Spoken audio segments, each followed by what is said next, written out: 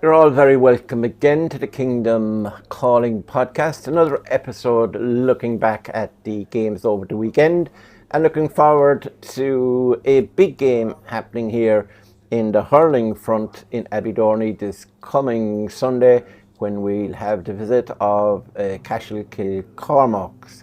But we will look back first on the events of the weekend. We started on Saturday with Clonmaris making 3 in a row wins in the Munster Intermediate Camogie Championship, and of course we're going to deal with Abbeydorney, and then later on we're going to talk about the football. Great win by Dr. Crokes, and also a big win for Stags, who are now back up to where a lot of people would say they belong, and that is the senior county championship. But as their manager afterwards said, you've got to earn these things, you have no right to be there. Now, talking about people who've no right to be here, our first panellist tonight, of course, is a man who we brought specially in from Dungarvan, from Waterford, and his new club down there, and that is Abbeydorney's own Aidan Leahy. Aidan has been involved with us in Clubber, commentating and co-commentating, and he's a wise old owl, although he's only 25 years old since last week, I think, and he's a wise old owl when it comes to assessing his team's chances on Sunday. So you're very welcome, Aidan. Thank you. You haven't got into any bother since we saw you last? No, that was a much more level introduction I've been this week now. Absolutely, yeah, I decided I wasn't going to embarrass you this week, but there is still time. Now to a special guest tonight, and we're honoured indeed, and we're very grateful that Aidan Murphy has taken some time out of his busy schedule. He'll be training the Clonmaris girls and coaching them shortly. It's the Clonmaris coach, that is Aidan Murphy. Now, a small bit about Eddie. Eddie, of course, the son of the great Willie Longpuck Murphy, who won 5 All-Ireland medals with Cork in the late 40s, early 50s, 8 Railway Cups, 3 National Leagues. He was a fabulous hurler, and of course, Longpuck, well, that is self-explanatory. Now, Eddie, of course, myself and Eddie met years ago in college. I taught him all he knew in first year about football, and then he decided to opt for hurling, which I knew nothing about. Some would say I still know nothing about, but Eddie had been very successful at various teams. He actually even spent a year with Abbeydorney coaching them. He found it impossible, so he moved on. Last weekend he had a mixed weekend, because on the Saturday he had a great win with Clonmaris, but then on Sunday he was at Carrigaline, and unfortunately for Eddie and Carrigaline, they just got beaten by Watergrass Hill after a great contest. And Watergrass Hill, interestingly enough, are on the other side of the draw to Abbeydorney, and if they did happen to beat Wolf Tones, I think, from Shannon, and Abbeydorney win on Sunday, then they will meet in the final. And no better man than Eddie to give some background information to Abbeydorney, which he would give free of charge, of course. So Eddie, you're very welcome. Thanks, Murt. Thank you. And last but by no means least, a man who comes from a very strong hurling stronghold out in Tarbert. They've got 2 hurlers out there. That is actually one of them is the chairman of Ballyduff, and one of the sons plays, isn't that right? Jason Feely's teaching in Tarbert. And Jason Feely teaching in Tarbert. So that's another reason why John is here. So John, as our top commentator and observer, analyst, you call it, you name it, he's always around, both football and hurling. And with our Conley gigs this week, I think I'm in Kinmare for Mount Hawk and Skibbereen, and John is in Rathkeale, where we were last week for the Hartley Cup. Tralee had a good game against Thurles, but Thurles were too strong in the end of the day, and he will be doing another Tipperary team tomorrow. That's Abbey CBS, who are playing, John Kiley was vice principal there, but he's taken a year out, I think, who'll be playing St. Pat's of Cashel Island, so that'll be interesting. So we're much travelled. John, you're very welcome. Thank you, Murt. Right, so we start the ball rolling with Eddie Camogie. It's nice to feature the girls. I'm delighted we're able to do it in this podcast. I think some media outlets ignore them, but we certainly don't. And anybody who is aware of what they do, their warrior-like status and the way they play.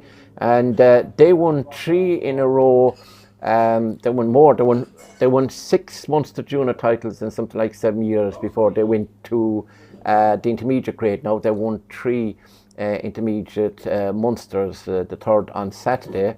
They have an All-Ireland intermediate crown from last year, and they have 2, although they were in 3 finals at least, they have 2 junior All-Irelands won as well.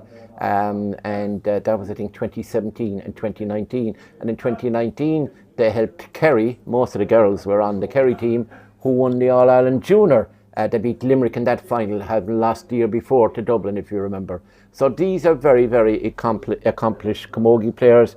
They train very hard, and there was only 17 of them last year.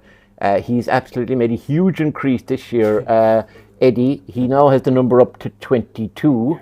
Eddie, tell me something about, first of all, before we discussed last Saturday, tell me a small bit about the girls. They really are committed. They're hard trainers. You'll be training them shortly.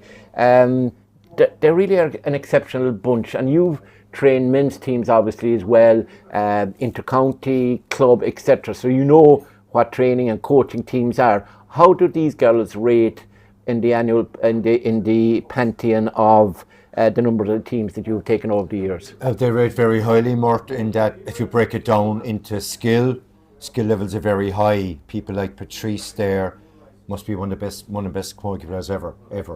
End of. Amy Sullivan there, beautiful wrist, Jackie Hogg, but the whole lot of them is the sum of the parts. But they're an amazing bunch of girls, and that the bond between them is unbreakable. They're they go everywhere. They go to the pub together, they celebrate together, they have coffee together. And they go to the gym. They go to the gym.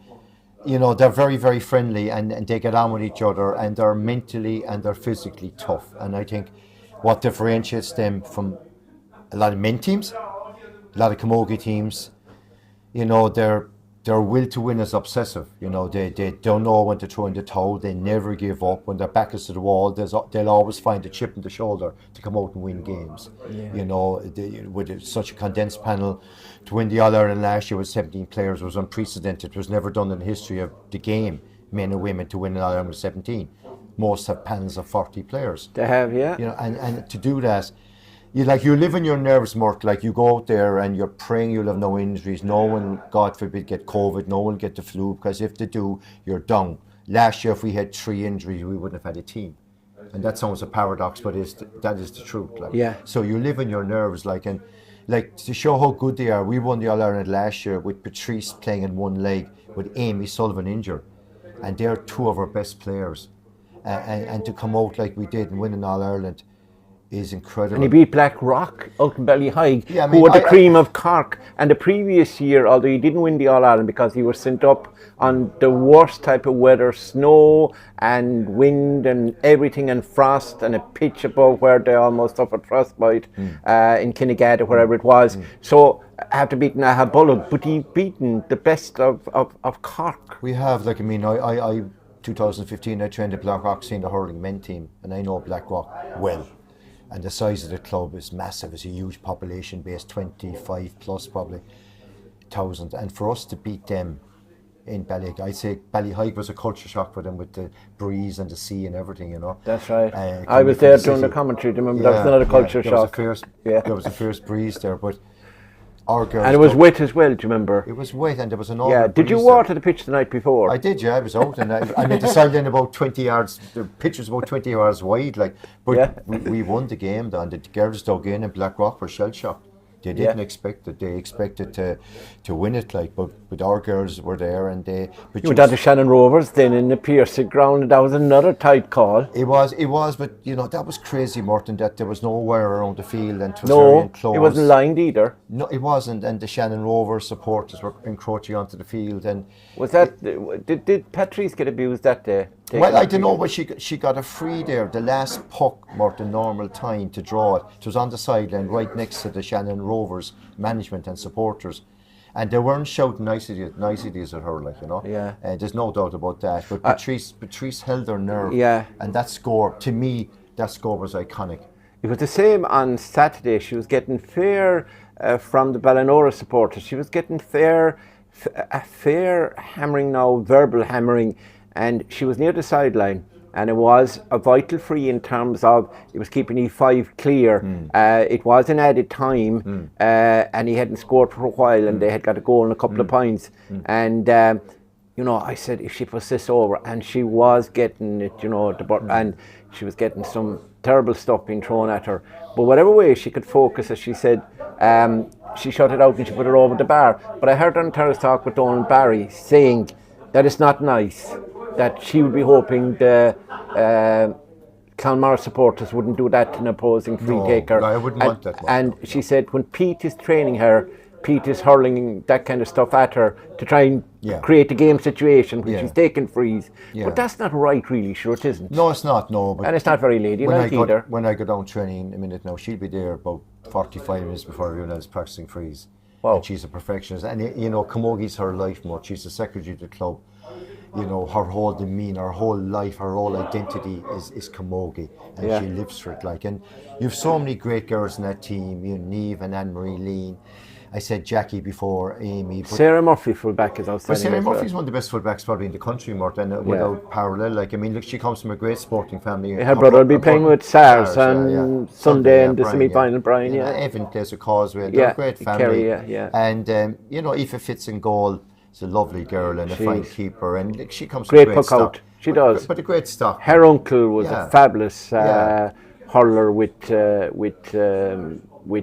Art Firth and Kerry. And her family, like I met Phil. Her dad, Lotte Merson, was great. Mike, he's a great hurler. Great hurler, And she lost him too young, and she plays for him. You know, she's a very proud girl. And her granddad was there, Phil, who's the fair age, and he is running on his granddaughter. Likes of Tommy Connor, Jerome Sullivan, they're all at the game. Tommy's daughter on is excellent. She's a lovely girl, and they're an amazing bunch of girls. Like, if you know, you go through all of them, like, you know, Rachel McCarthy, Gerald's daughter, has played Ashburn Cup, you know. And her pace is frightening, isn't it? That's fantastic. Michelle is a warrior, you know, a fantastic warrior. Michelle is as tough as old boots. She will follow you all the way to the sideline and back, and she'll rough you up.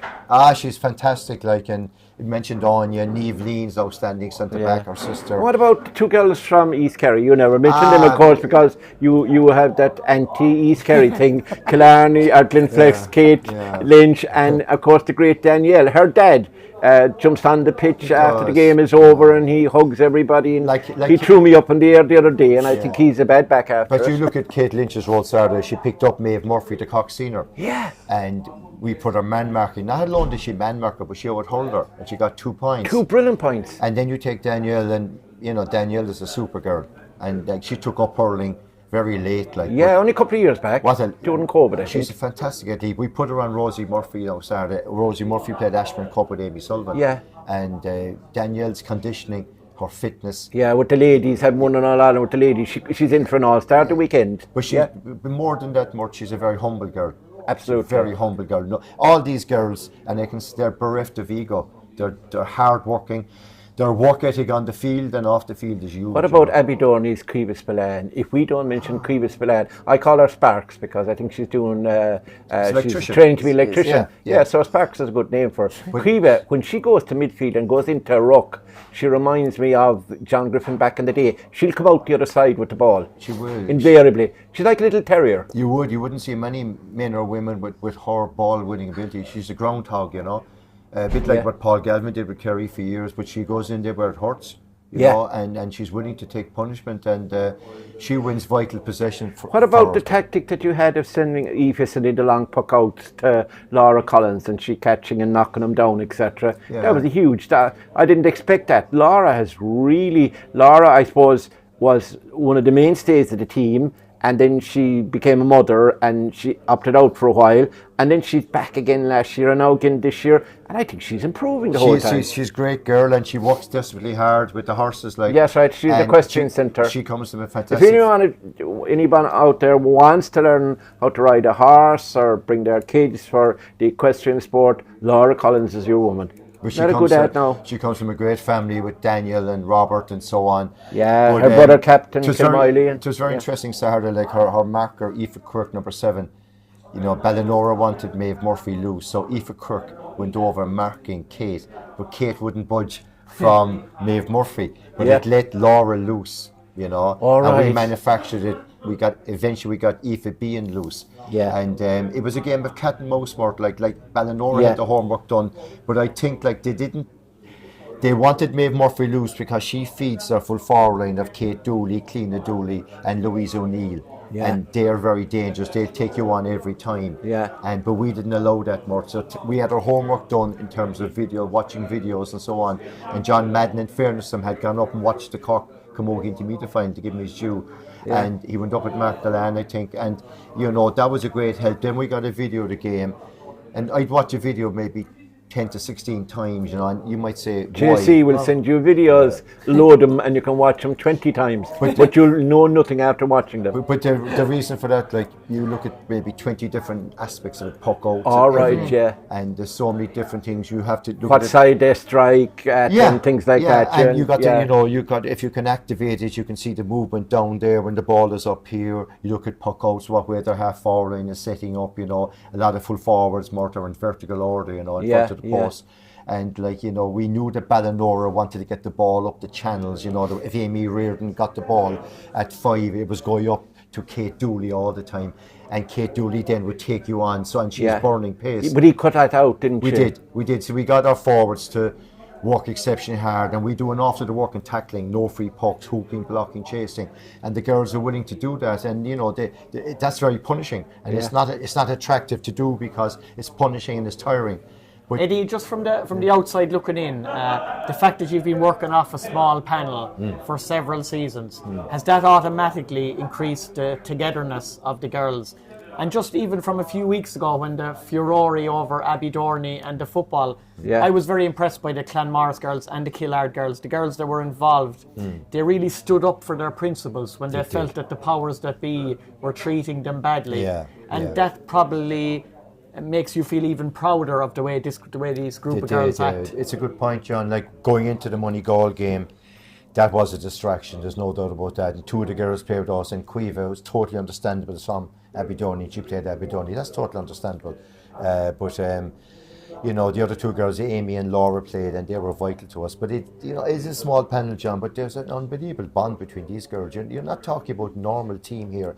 You're talking about, as Murt documented well, they're serial winners, you know, and their will to win is incredible. I have never seen it in very few teams, both, as Murt says, men or women. I've been involved coaching since 1989, and I've never seen a group like this. I love coaching them because, you know, I coached an Antrim Camogie team into county. I did a bit of work with Limerick into county, and that was fine. That was only temporary. But I've been with these girls now 3 years, and you know, they've been some of the best 3 years of my life. You know, it's a respect to me whether I'm training men or women. It doesn't matter. I approach it the same way, and they're trained the same way. But as you correctly said, with the paucity of numbers, with the numbers so small, they always play with a chip on their shoulder that other teams have 30 or 40 in their pan. Look at their program, look at their warm-up. We have just a tight fit. But you know, they're getting Danielle, getting Kate Lynch. I think that's a huge endorsement of it, you know, like, because they have, why would they, do you know, other than obviously it's such an attractive prospect to go and play. Like, they have no other reason, just that it just really must be a great group to be involved with. And you know, to get 2 players in like that to take up Camogie, like, that's it's a very valid point, and I would hope that, please God, we've no underage in Clonmaris, as you know, and you need players coming in. You know, we got Irene O'Connor from Tournafulla, she's subbing, but she's a lovely girl, great trier. We got Adele Slattery back, Margaret Lawler's daughter. Margaret was a superstar, and Adele's a lovely girl, and she's really improving, you know. And we have Liz there and Elaine, who, you know, who've been there a long time, who give Olivia Denina's with us now, and they've been there for a long, long time, and they deserve massive credit. They're all probably mothers at this stage, and their time constraints are very, very few and far between. There's loads of constraints in their time, but they're there. And it means an awful lot that you can look to your bench, you 5 or 6 to tag out. Last year in the Ireland final, Aidan, in Croke Park, we had 2 subs, and you're praying to God that you wouldn't have injuries. If you had injuries, you were snookered. And thank God we didn't. And we played like Patricia never played last year, but she did because she's a warrior. And it took she had to take the entire Kerry season out this year. just to get it right. I think she was about 5 months, 5 months on the sidelines or something, getting that injury. She paid for it at the end of the day. It was great to see her back in form. Just to finish up there, the performance was brilliant, but I think the first half, was that the aim to get going in the first half? You won 9 to 4 points up at half time. It was, Murt. We knew that Ballinora would have a big following, so the aim was to shut them up early. Yeah. If Ballinora got ahead, the crowd would get behind them. They'd be a 16th man. Yeah. So we went out there from the throw-in to pull hard and to start well, and we did start well. We went 1-6 to a point up. We were 8 points up. You know, we were 9 up at half time. We were a better side. They were bound to come back more. With players like I mentioned, you know, Rachel Murphy, you know, Stephanie Dunlee's her mother, you know, who's a Cork superstar. That's her mother, and that's great pedigree. And she's a great player. She's a Cork minor, and she's a great prospect. Louise O'Neill, her father Alan was manager. She got 2 goals in the Cork final against Ballinhassig, you know. Kate Dooley's a top-class player. Tina Dooley won All-Ireland with Cork Intermediates. You're talking with serious players there. You know, Rosie Murphy, as I said, played Ashburn Cup with Mary I. Maeve Murphy's a Cork senior. Amy Reardon is a Leaving Cert student, along with Rachel Murphy, in Colossia, Culman, Ballincollig. They're a young team, but they'll be coming. And I think... And I said they're gone up senior in Cork now, though, aren't they? Yeah, I went into the dressing room afterwards. My mother, as you know, my mother was Ballinora, Curraheen, like Clash. And I know Ballinora well, the waterfall. It's close to Ballincollig. It's between Bishop and Ballincollig. Colleague, yeah. And I spoke to them afterwards, and I said to them, and they took it on board, that playing against Clonmaris is a great education for them. You know, they're playing against a team that are very, very hardened warriors. They're physically strong. Yes. And they know how to win. And they know how to dig themselves out of a hole, and they're trouble. Mentally tough. And for Ballinora, a young team, it was kind of a baptism of fire. But they played very well in the second half, Ballinora. They did, To be fair, no. But I felt Clonmaris with a better side throw. There's very few stages I felt that we were in trouble. When Rachel Murphy got the goal, Murt, obviously it was 5 points in it. We were Patrice's goal then from the long free. That was the nail in the coffin for them. They will learn a lot from that. And from Ballinora's viewpoint, they won the junior last year, won the intermediate this year. They're on an upward trajectory. Yeah, and they have loads of games in Cork where Clonmaris, just for the viewer doesn't understand, there is no championship in Kerry because there's only one intermediate team in Kerry, and that is Clonmaris. So when they go out to play in Munster, that's their first game of the season, and they're playing against teams who have played 10 and 12 games and 14 games in group stages, etc., and leagues that have maybe 8 or 9 league games, and then there are 5 or 6 championship games. And they're going out, and that's hard. Now, 2 final questions, so we have to leave you go, Eddie. One is going forward. It's the Leinster champions in the All-Ireland quarter-final, semi-final, on the 1st of December, 30 to November 1st of December, the Saturday, the Sunday, probably the Sunday. And it would appear that it's Naas, is it, or... St. Bridges of Laois, senior champions. Naas of Kildare. Naas would be more dangerous, I would imagine. Laois have a good year. They're a young team. Young team. Bridges beat. It's great not to have any Westmeath, or Meath teams. They're Ratarney, Kilmeshan, or Nafina from last year. We're away from those. So new opponents really for the girls. You know, Nafina will be very dangerous. They're a good side, but Bridges beat them 9 points to 6 more, so they must be good if they beat Nafina, and Nafina are a good side. They have massive numbers. Bridges are an amalgamation of 2 clubs, but at the same time, look, we don't know who we're playing, Bridges or Naas. We're playing the winners, wherever it's on, and we just got to, as I said, a cliche, take one game at a time. You can't look beyond it. Please God, we'll avoid injuries and so on. We have 3 weeks to get ready for it now, you know. We really can't afford to play challenge games due to the lack of numbers, really, you know. And then when you're training, fear of injuries. The one disadvantage of small numbers, you know, you can't have a full length game in training or anything like that. So you've got to work on coaching, pure coaching for the whole hour and a half. I'm disappointed in you that you're going out training them tonight. They won the game on Saturday. They were celebrating and they had their Happy Monday or whatever it is called. What is it called again? The Monday Club, Mark. The Monday Club. They had probably the Monday Club, and now they have no Tuesday Club because you were out, bring them back down to earth again. Do you think that's fair on the girls? I think it's very fair, I would have brought them out Sunday morning if they, only for the game in Parky Keith. In Parky Keith, they were lucky. They said that to me. And while the cat is away, the mice will play. So they had a good Sunday. But my final word, Murt, you know, speaking for the management team on behalf of them, we're very proud of them. And like to win 3 Munsters in All Ireland, for them, and it's all about the players, Murt. It's not about management, it's about the players. We facilitate and we work.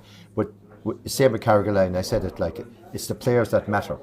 Everything else, without players you've nothing. Nothing, yeah. And you can't win anything without players with a latent talent or an obvious talent. Yeah. And that to me is what sport is all about, you know. By the way, what's your management team? John Madden is involved with you? And Pete Young, yeah. Pete Young and yourself. Yeah. And you've got some support staff as well, have you? Joanne Diggin is always there. Joanne, she's a great girl. She's the liaison officer, and she does great work. Patrice's mother, like yeah. You know, and Aaron Sheen's the physio, and you know, I mean, they you know.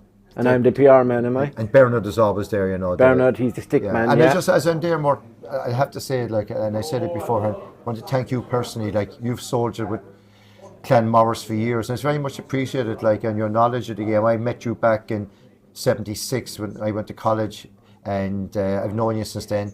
But just public, whatever domain, just to thank you personally for the interest you have and your knowledge of camogie, and for supporting the women as much as the men. Thank you for that. No problem. Thanks very much. I played the game back in the day, so I know everything about it, which will shock on that bombshell everybody. So now we'll move on to thanks, Eddie, for that contribution. Eddie, just stay with us. We have a little bit to do on the game on Sunday at, is it 1:15, lads? 1:15. 1:15 in Tom Healy Park in Abbeydorney. It's Abbeydorney versus Cashel Cormacs. Now, make a case for the defence or for the offence. Aidan, obviously you're looking forward to this game, but it's going to be a tough task. Absolutely. Tell me, are you happy with the way the preparations have gone? I think, look, there's still a good few days to go, you know. No major injuries out of the last day. Obviously, they're probably minding bodies, especially with heavy ground now and stuff like that. But luckily enough, the weather has been good. Hopefully, it'll stay good for the rest of the week now and keep the pitch in good shape. But yeah, that's the main thing to take away from last week. Everyone, from my knowledge, is available. So that's the most positive thing, really. How is Francie? Will Francie be back with you? He should be there. Yeah. He's been around anyway for last week, so hopefully he'll be on the sideline ready to go. We've not only have we one new supporter from the Deneen household, we have a new supporter from the Feely household as well. Jason and Letitia had a child at the end of last week, so we've another voice to arranged it not to clash with the game, so because he'd be lost without the keeper. Poor old Kieran was in bad looking that, but good so look I like that otherwise. Kieran back as well now, so it actually makes it probably for the first time all year getting on as a sub is the most competitive it's actually been when you go through the squad. If it doesn't go to extra time, like, their players will miss out. That will be very disappointing not to get onto the pitch. So in that way, the squad is probably in the best shape it's been in all year, all going well. And has Michael O'Leary forgiven you for derogatory comments about his free taking, etc.?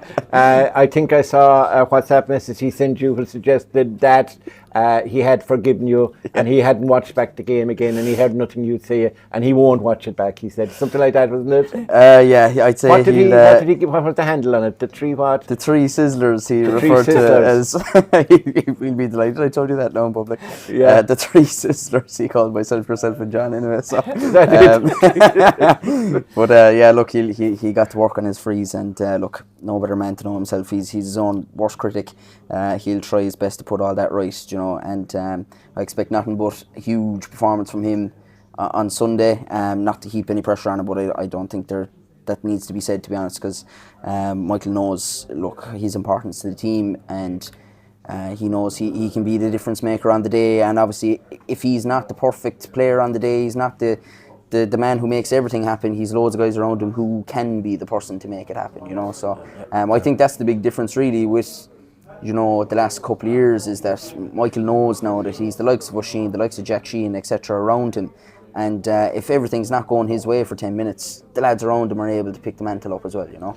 Yeah, so Eddie, look, I'll bring you in here before I talk to John about Cashel Cormacs and the players that they have, and they've got through to the semi-finals and won their own county. But listen, you would have been, obviously, number one, you were involved with Abbeydorney back in 2020, I think, so you know a lot of the lads there, and you know their mindset, etc. Plus, obviously, and we don't want to be adding to your disappointment about Sunday, but you were involved with Carrigaline, who were beaten by Watergrass Hill, who are on the other side of the draw. So it's still intermediate hurling, we'll call it, or whatever.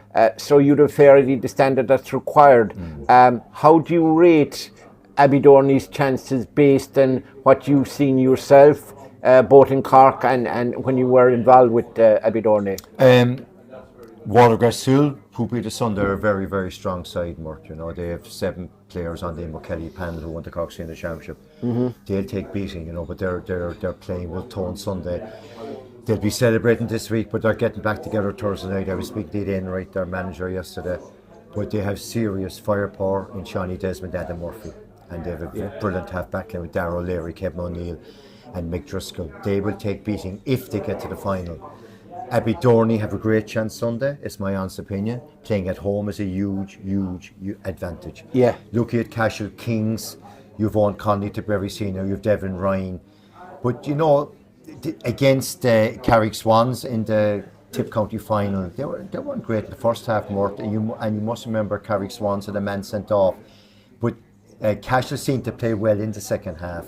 You know, against Newcastle West, they got 8 points in a row in the second half to pull clear, and against Carrick Swans again, they came in the second half again. You know, but they beat Newcastle by a point, and they beat Swans was very tight. So, you know, they're not world beaters. They're a good side, but you know, Tipperary's record in intermediate hurling in Munster isn't great. More to be honest with you. I would think I would give Abbeydorney a great chance. When I was there with Abbeydorney, unfortunately I picked the wrong year in that I hadn't Michael O'Leary, or Daniel was injured, Brendan was injured, and I had none Sheen Mansfield, you know.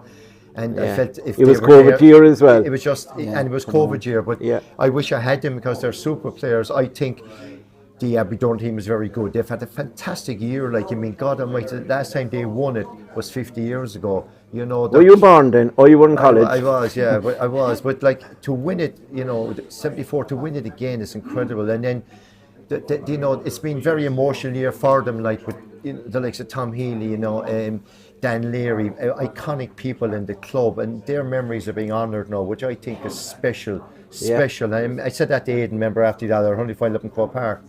And they have so many causes, Abbeydorney, I feel, you know. They're one game away from getting to a Munster final. They're playing in their own patch.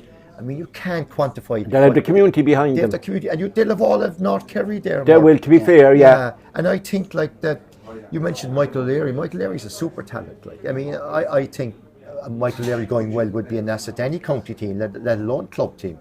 Sheen Mansell's, the point he got to win it against Bricky Rangers was superb on the sideline. Did you hear the co-commentator? I heard he got a bit excited. But Aidan's a proud Abbeydorney man, to be fair. But, you know, I would give them, you know, you look at a half-back line, James E. Rowan and Mikey Clifford, they're serious players. And like that, you know? You pinpointed Devin Ryan and Owen Conley. I did, yeah. We have a back line. That's right, yeah. That we have enough guys that we can mark these two guys and still have more backs to be able to detail the rest of the forward line. You'd be thinking if you can take Devin Ryan and Owen Conley out of the game in at least periods of the game and maybe cull one of them if other one's getting on top. But Oisin O'Donoghue was handy too, the forward. You'd be thinking if you can shut down those two guys though, you'll be going on.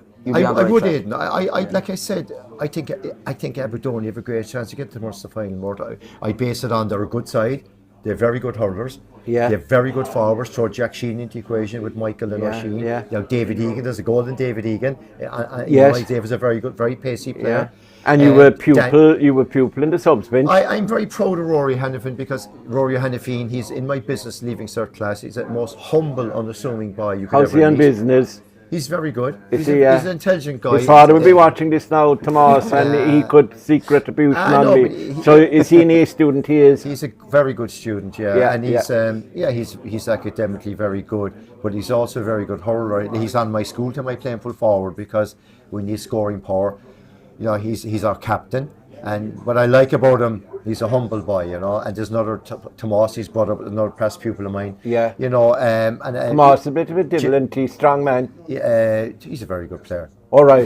Yeah, very good player. Like Jed Manson's another ex-pupil of mine. Is Jed? Yeah, and Jed has no word about it. How did that happen? But Jed is a very good hurler. Yeah, you know, absolutely. It's a pity his brother is injured. That could be another great battle, like Oisin Dunn versus Jed, if that's the way it works out. Like, I haven't seen the bookies' odds, but somebody told me today that Abbeydorney might be 9-4 for a home game. Does that surprise you, Eddie? Like I said, I think Abbeydorney will win the game. What do I base it on? I think that I don't know how strong the Tipperary Intermediate Championship is, John. You know, I can't remember the last time, Aidan, that the team won the Intermediate Munster. Maybe I just off the top of my head. I remember when I had Ballymartle when we won the Munster final in 2010. We beat Barcercane well in the final, and on the way we won the All Ireland that year. Thank God, but. Cashel will obviously be a proud club. You also have two Bonners playing, you know. And they're a great club, Cashel. And Cormac Bonner would be a good friend of mine. Haven't seen him in a while, but wonderful family. And Cashel are a proud club. And I would think myself, Murt, that a Tip club coming down would expect to be the Kerry club, albeit it's the Kerry senior champions. Yes. That makes a difference. And I think Abbeydorney's preparations, playing Mary I, playing different challenge games, Rory would have taught me about the preparation going in, which I think has been excellent. And I think that they're well prepared for Sunday. For God's sake, Murt, you're into Munster semi-final in a home venue. What more do you want? Exactly. They can if you turn that around, Murt, if you turn that around and Abbeydorney had to go up to Cashel. Yeah, it'd be a different story, Abbeydorney is worth 3 or 4 points. If Abbeydorney make it like Galatasaray without the players and the guys who invade the pitches. And Aidan and commentary to follow. And Aidan and commentary. There is no chance that Cashel can win this game. John O'Dowd, tell me this. If you're looking at, say, Devin Ryan is a fabulous hurler. He won a Fitzgibbon with Mary I on that very pitch, so he knows the sort of that pitch, and he knows the width and length of it, and that can be a help. So does that give them? He will be able to tell the boys what kind of a place it is. The wind blows across. Aidan Leahy. We've actually changed the pitch around since it's facing the other way now. Yeah, exactly. Plus the fact that you have strained the goal post, that you moved them a little in such a way that the angle is different. I suppose, Murt, judging by what Aidan said as well there a few minutes ago, if you look at the game against Newcastle West, Devin Ryan and Owen Connolly, like they got 17 out of their team's 20 points, which does potentially say that there might be an over-reliance on those two players. Obviously, from an Abbeydorney perspective, it would appear, Aidan, that they can't give away frees anyway. Absolutely, because both players, they got 12 points between the two of them from place balls. Yeah, so that's obviously going to be really and important. Connolly's range is really insane. Important for Abbeydorney all over the field, within 90, 100 yards of their own goal, that they don't give away frees, because these lads are obviously very, very good from the place ball. But at the same time, by all accounts, Newcastle West really rattled them. But the important thing, Newcastle West played that game a week after the county final, so there was intense celebrations, and it was very, in the second half, Newcastle West tired because of the celebrations. There's no doubt about that. They're a great club, and in fairness to Cashel, their second half performances against Newcastle and in the county final against the Swans was very good. Tipperary Hurling is obviously very high standard, and you like Owen Connolly is a super player. Devin Ryan is a very good player. Oisin Dunn, they have good players. Conor Dwyer, their centre back, is another very good player, and he cleaned up in the second half of the Newcastle game and the county final against Swans when he was the extra man. He became the sweeper. So they will come down, I think, expecting to win. They are battle hardened. But, I think that Abbeydorney playing at home, the crowd is going to be a 16th man for Abbeydorney. It has to be. Yeah. They will have the support of all in North Kerry, and I think that will stand out. And I think they're having a great year. They won the North Kerry Championship, Aidan, for the first time. Yeah. I mean, they won the North Kerry League. Yeah, no, they did not. No, we won the North Kerry League. They won the North Kerry League as well. Oh, sorry, the county league. And I think they're having a great year. But the icing in the cake would be to get to a Munster final. Be huge. I think something that's very interesting, and it's the same at senior level. The senior hurling champions in Tipperary are the senior football champions. Lockmore, Castleiney are in both. If you look at Cashel, King Cormacs, next weekend they're in the junior football Munster semi-final against Kilmurray. I think Moyle Rovers have made progress in the junior hurling, I think. Yeah. And they were also in the senior football final. So it just shows you these dual, yeah, these Wolf Tones are doing dual, yeah. The dual club. Carrigaline. Abbeydorney's club, Nagail football club, didn't do well this year though. But in general, the dual club and the dual player, it just shows you. Carrigaline went to senior in Cork and we got to the hurling final. There still is a role for it. There is, and there's great credit due to Cashel. You know, I saw them play in 1991 when they won the Munster Senior final against Midland in Mitchelstown. I was at the game, and they're a great club with a great tradition. You know, they were senior up to 2014. You know, so it's been 10 years since they were senior. They're gone back up senior now. And obviously Owen Connolly's a serious player. He played very well with Tip Disher around the midfield area. I think that's a big part of it, is that obviously we were so proud to host the Fitzgibbon final. We got to show off Abbeydorney as a hurling club, and again I think we're so happy that it's at home because we get to show off that it's hurling, and I think that's the same for all the people in North Kerry that will come to the game as well. That we're telling the Tipperary people, look, this is our life, like, you know, that you think it might be all big ball down here, but this here, and as far as you can see up the road there and up the road there, like this right there, they'll see on the mural from the ball on the ball wall of the two hurlers on the ball wall and the Abbeydorney crest in the middle. Like, who are they, by the way, those two hurlers? One is kind of based off Jamesy, I think, and one is kind of based off. I want to say Brendan Leary. No. Brendan Leary, Aidan Leahy. Not sure on that. Don't quote me on that. Right, we'll have to ask Mike O'Donnell. But we'll have to, But I think that's why we're so proud to show off that this is our life. Like, and your crossroads. A team like Cashel. I think that the sub, you said Michael Stafford got 2 points the last year. You have Jack Canyon, you have Rory, you have good subs. Yeah, I'd expect Michael to start again.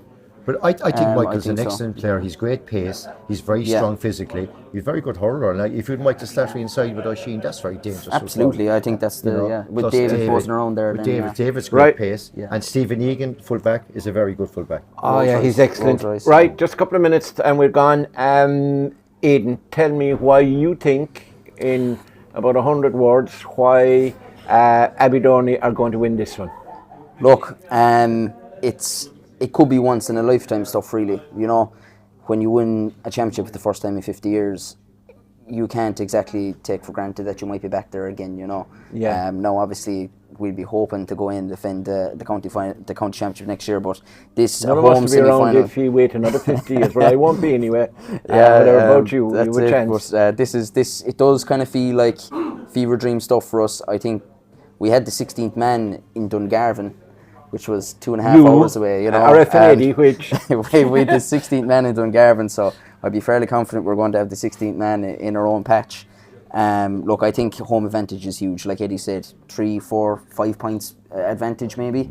A good start for Abbeydorney, and try and weather that storm from Cashel King Cormacs when it does come, because look, eventually they will click. They're a very good team, but I think it just feels like they can't lose.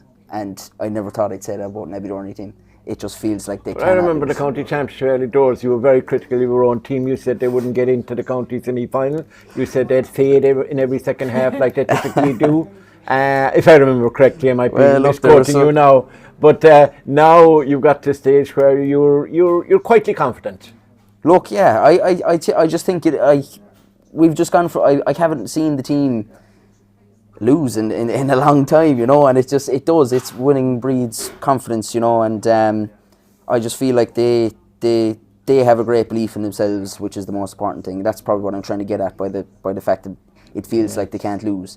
It's that belief within themselves that gives me that impression, which is not an over cockiness or anything. I just think it's a bond very similar to the Clonmaris girls, you know, that they've developed really quickly this year maybe especially, but it started back in 2019, as I said. Came through that COVID year 2020. Eddie was there in 21. We actually had quite a good year. It just didn't really go for us inside in Tralee, as it's happened a good few years. And I think it's been steady all along. And just the mix of youth with the likes of Cian Sheehan, Oisin coming in obviously, and the Tralee Larrys back on the pitch is what's brought it all together. He had a brilliant Munster game, Cian Sheehan. I think you made a key word there, Aidan, before we stop talking about it, is that the belief, you know, that a Tipperary team will always have belief. They'll always have that inner belief because they come from a proud county, a great county. Cashel are a great club. Once Abbeydorney have that belief that they can crack a big club, that's key. And if Cashel go ahead, Abbeydorney can't panic. just stay to the system, stay to the process all the time. They have the hurlers to win it when you have serious firepower. And I know Cashel have. Yeah. I know Cashel have too. But playing at home is huge.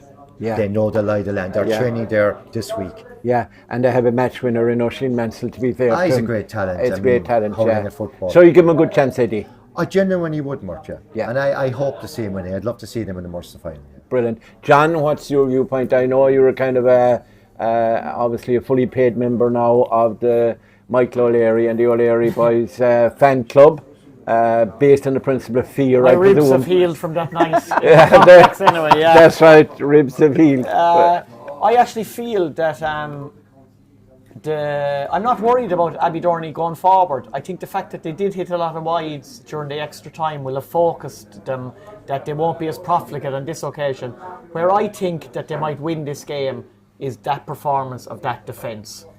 I don't think Cashel King Cormacs will have come up against a defensive sextet as good as a collective as this Abbeydorney defence has been all the year. If you remember, even going into the county final, there was a lot of talk about Ballyduff, and they had so many threats, whether it was Podge Boyle, whether it was Jack Goulding, whether it was Luke Rochford, whether it was Kevin Goulding coming forward, Dylan Moriarty. It didn't really matter. The 6 lads, the whole season, none of them really have put a foot wrong. Yeah. Inspired by James O'Connor, taking their lead from him. But there's no weakness there. If you look through it, the way Jade, Stephen Egan, Ronan Donovan, Mikey Clifford, Kieran Deneen, the experience. And now Jason in goals. Dave being, and Jason has come in well for Conor Bohan. Yeah. Dave being the fulcrum of the whole of the Abbeydorney success. It's always the forwards who get the headlines, but I think that back 6 were the main reason that Abbeydorney are county champions. And I think if they can deliver, especially against Ryan and Connolly, and with the crowd and the atmosphere, I say is going to be, you're going to have to be there to actually realise what this is going to be like, Eddie. I think Abbeydorney might spring another surprise. Brilliant. It's going to be live and exclusive on Clubber TV. It'll be probably starting sometime 12:30ish, 20 to 1, whatever, the broadcast. But the game itself will start at 1:15 in Abbeydorney.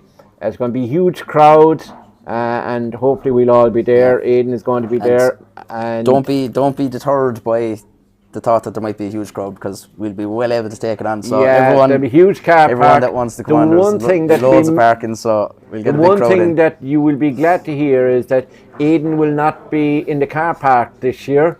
So those 5 of us that were being charged the last time during the Fitzgibbon Cup final, there'll be no small guy with an orange bib collecting cash under the counter. So you can be assured of that. It'll be beautiful car park. There's a field next door as well, isn't there? Yeah, they have a couple of fields here, Mark. So a couple of fields. Just hope there'll be no rain between here and Sunday. Yeah, otherwise, we'll have a couple of tractors as well, sorted for you.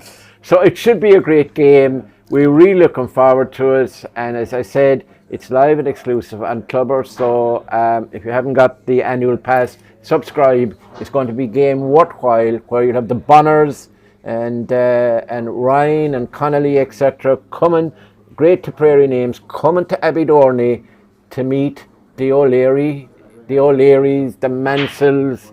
Oh my goodness me, James O'Connor. You can't leave out names. There's a whole list of them, and it's going to be tough. So that's it for our preview and our look back. I'd like to thank first of all Eddie for coming, and it's great to see Clonmaris. Best of luck now in the All-Ireland semi-final. Thanks, and we'll keep an eye on that, and maybe if you win that, you'll come in to us the week after and let us know how they played, etc. Sure. Yeah. And then you'll come in on Christmas Day to discuss the All-Ireland final win, if you can win that one. And there'll be no turkey and ham for you. We thank you as well, Mr.